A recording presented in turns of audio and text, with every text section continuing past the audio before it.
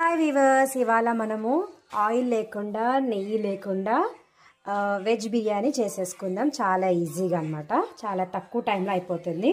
So నేను stove on చేసుకున్నాను.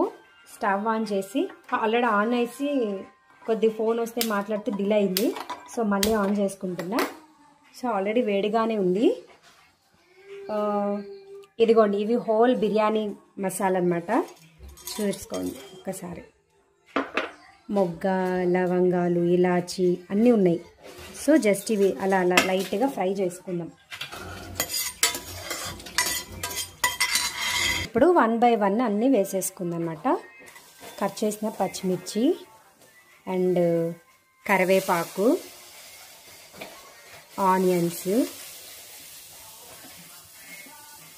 చాలా ఈజీ అండి. మనం వేరే బౌల్స్లో అయితే చేసుకోలేము. మనం సర్జికల్ స్టీల్లో చేస్తున్నాం కాబట్టి వితౌట్ ఆయిల్, వితౌట్ గీ మనకు మంచిగా టేస్టీగా వస్తుంది.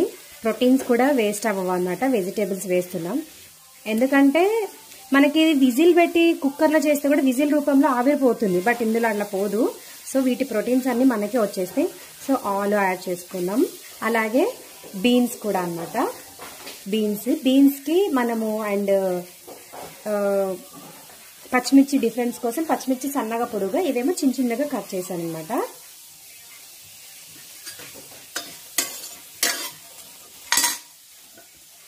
ఇందులోనే నేను కొంచెం క్రిస్టల్ సాల్ట్ యాడ్ చేసుకుంటున్నాను అనమాట. తొందరగా ఫ్రై అవుతుంది. మీకు తగినంత సాల్ట్ వేసుకోండి.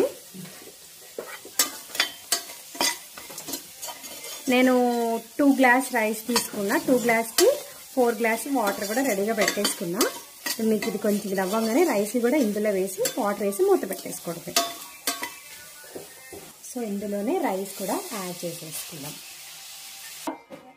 రైస్ కూడా ఇలా యాడ్ చేసుకున్నాం కదా. నేను యాక్చువల్గా ఈ గ్లాస్తో 2 గ్లాస్ రైస్ తీసుకున్నా. సో 4 గ్లాస్ వాటర్ యాడ్ చేసేసుకుంటున్నాను అనమాట. ఆల్రెడీ ఒక గిన్నెలో నేను ఇలా పోసి పెట్టుకున్నా. సో డైరెక్ట్గా ఇలా వాటర్ వేసేసుకోవటమే. మీకు సాల్ట్ తగినంత వేసేసుకోండి. చాలా తొందరగా కుక్ అయిపోతుంది అనమాట. నేను ఆల్రెడీ ఇందులోనే మనం ఇదివరకు పాతకాలంలో ఎప్పుడైనా ఎగ్స్ ఉడకబెట్టాలి అంటే రైస్లో ఉడకబెట్టేవాళ్ళు మన అమ్మలు కానీ అమ్మమ్మలు కానీ అట్లా. సో నేను ఇక్కడ ఆల్రెడీ వాటర్లో ఎగ్స్ పెట్టాను కదా. సో ఇవి తీసేసుకొని నీట్గా వాష్ అయిపోతుంది అనమాట. 1 by 1 పెట్టేసుకుంటాం. సో మంచి నీట్గా వాటర్లో కడిగి పెట్టుకున్నాం కదా. ఎగ్స్ అన్నీ ఇలా మునిగేలాగా ఇందులో పెట్టేసుకుందాం. రైస్ అయ్యేలోపు ఎగ్స్ కూడా బాయిల్ అయిపోతాయి అన్నమాట. సో ఇప్పుడు మూత పెట్టేసుకోవడమే.